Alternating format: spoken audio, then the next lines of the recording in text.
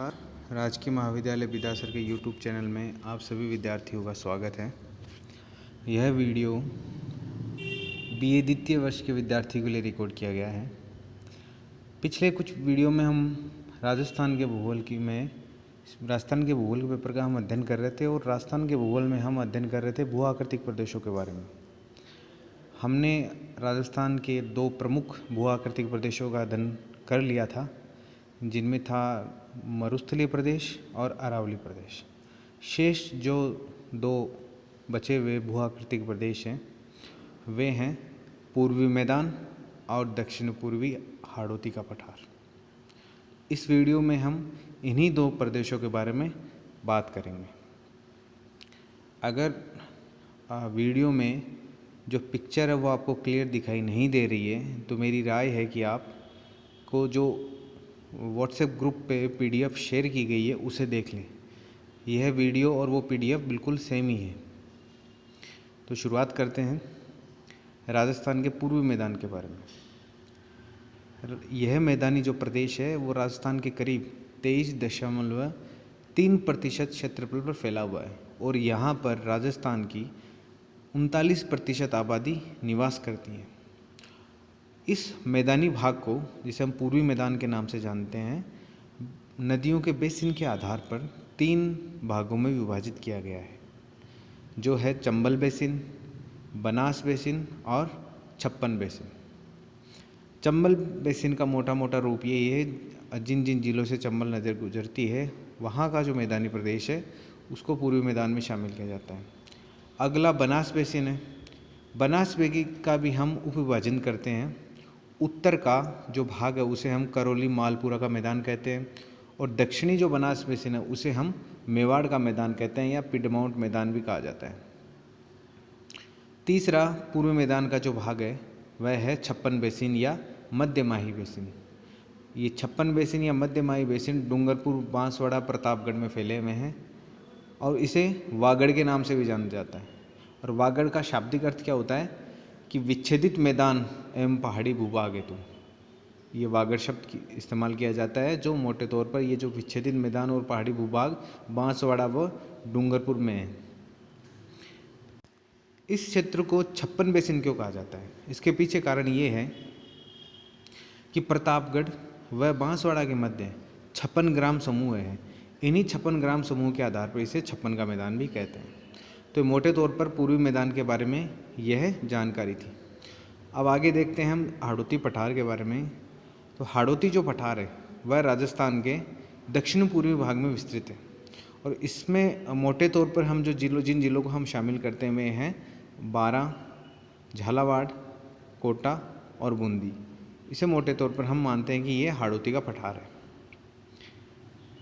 हाड़ौती का पठार राजस्थान के करीब 7% क्षेत्रफल विस्तृत है और यहाँ पर राजस्थान की 11% आबादी निवास करती है। और जब हम ये कहते हैं कि हाड़ौती का पठार मालवा पठार का विस्तार है, इसका अर्थ ये है कि यहाँ की जो भूगर्भिक संरचना है वह भी लावा से निर्मित है। लेकिन सिर्फ लावा से निर्मित नहीं है, इसमें अरावली पर्वत की शैल और विंध्यन पर्वत की जो शैल है, चट्टानें, उनके अंश भी यहाँ देखने को मिल जाते हैं। तो मालवा का जो पठार है उसके भूगर्भिक संरचना में हम अरावली, विंध्यन और मालवा पठार तीनों का अंश हम देख पाते हैं। यहाँ की जो औसत ऊंचाई है वह 500 मीटर है और ये राजस्थान का सबसे अधिक वर्षा प्राप्त करने वाला प्रदेश है, भू आकृतिक प्रदेश है। यहाँ औसतन जो वार्षिक औसत वर्षा का वह है 95 सेंटीमीटर, जो राज्य का अधिकतम है। यहाँ पर कई पर्वत श्रेणियाँ पाई जाती है जिनकी आकृति अर्धचंद्राकार रूप में है, जैसे मुकुंदरा की पहाड़ियाँ, बूंदी की पहाड़ियाँ, रामगढ़ की पहाड़ियाँ। तो ये राजस्थान के कम क्षेत्र में करीब 7% क्षेत्र में विस्तृत है, लेकिन यहाँ पर कई विविधताएँ हम देखने को पाते हैं। यह प्रदेश चंबल और उसकी जो सहायक नदियाँ हैं उनके द्वारा अपवाहित है। यहाँ पे कई सहायक नदियाँ हैं जिन पर जल विद्युत परियोजनाएं भी बनाई गई हैं, पेयजल परियोजनाएं भी बनाई गई और सिंचाई परियोजनाएं भी बनाई गई। अर्थात इन क्षेत्र में हम बहुउद्देशीय जल जो परियोजनाएं हम देख सकते हैं। एक छोटा प्रदेश होने के बावजूद भी यह एक समांगी प्रदेश नहीं है। यहाँ पर कई विविधताएं पाई जाती है। इसी वजह से इसको हम 5 उप प्रदेशों में विभाजित करते हैं। जैसे पहला है अर्धचंद्राकार पर्वत श्रेणियाँ। इस प्रदेश की जो में एक खास विशेषता ये है कि यहाँ पर अर्धचंद्राकार पर्वत श्रेणियाँ पाई जाती हैं, जैसे बूंदी की पहाड़ियाँ, मुकुंदरा की पहाड़ियाँ और रामगढ़ की पहाड़ियाँ। अगला उप प्रदेश है नदी निर्मित मैदान। चंबल और उसकी सहायक नदियों द्वारा जिस प्रदेश का निर्माण, मैदानी प्रदेश का निर्माण किया जाता है उसे हम कहते हैं नदी निर्मित मैदान। अगला उप प्रदेश है शाहाबाद उच्च क्षेत्र। शाहाबाद का उच्च क्षेत्र 12 जिले के पूर्वी भाग को हम कहा जाता है। 12 जिले का जो पूर्वी भाग है उसे हम शाहाबाद उच्च क्षेत्र कहते हैं। उसके बाद झालावाड़ पठार है जो झालावाड़ जिले में है और यहाँ पर काली मृदा पाई जाती है। अंतिम उप प्रदेश है डग गंगधार की उच्च भूमि। यह जो उच्च भूमि है वो झालावाड़ पठार के दक्षिण पश्चिम में पाई जाती है। तो हम जब मानते हैं कि यह जो प्रदेश है उसकी भूगर्भिक संरचना में लावा का महत्वपूर्ण योगदान है, तो इसका अर्थ ये है कि यहाँ पर काली मृदा भी पाई जाती है और जहाँ पर काली मृदा पाई जाती है वहाँ पे कपास की कृषि भी होती है। इस एक डायग्राम में हम देख सकते हैं कि यहाँ पर जो हाड़ौती के पठार की जो संपूर्ण संरचना है उसके 3 भागों में विभाजित किया गया है। नॉर्थ की ओर हम क्वार्टजाइट वशिष्ट पाते हैं, मध्य में हम विंध्यन क्रम की बालू का पत्थर पाते हैं और दक्षिणतम जो हाड़ौती का पठार का जो दक्षिणी भाग है वहाँ पर जो दक्कन पठार की काली मृदा पाते हैं।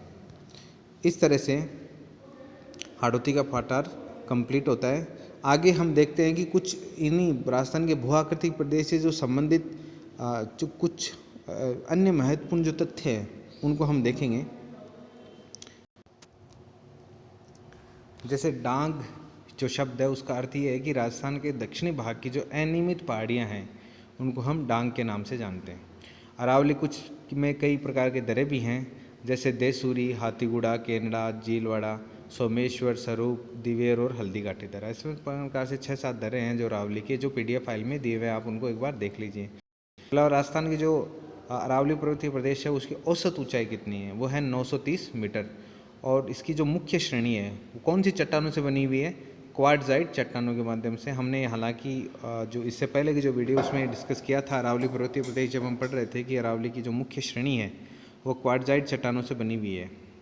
इसके अलावा कुछ मिलते जुलते नाम है, जैसे मगरा, तो उदयपुर की जो पहाड़ी भाग है उनको मगरा के नाम से जानता है। गिरवा, उदयपुर की जो तश्तरी नुमा पहाड़ियाँ हैं उनको हम गिरवा मानते हैं। और भाकर है, पूर्वी शिरों में पाए जाते हैं। अरावली की तीव्र ढाल वाली उबड़ खापड़ जो खटक है उनको हम भाकर कहते हैं। तो भाकर, गिरवा और मगरा ये 3 शब्द हैं। गिरवा है तश्तरी आकार की जो पहाड़ियाँ उदयपुर ज़िले की, उनको हम गिरवा कहते हैं। और उदयपुर के जो पहाड़ी भाग हैं उनको हम मगरा के नाम से जानता है। और पूर्वी सिरोही की जो पहाड़ियाँ उबड़ खापड़ खटक है उनको हम भाकर कहते हैं। अब कुछ अन्य तथ्य हैं, जैसे बालू का स्तूप मुख्य क्षेत्र कौन सा है, वह है पोखरण या फलोदी। और वृहद सीमांत भ्रंश कहाँ पाया जाता है राजस्थान में, तो उदयपुर की पहाड़ियों के सारे पाया जाता है। शुक्रिया।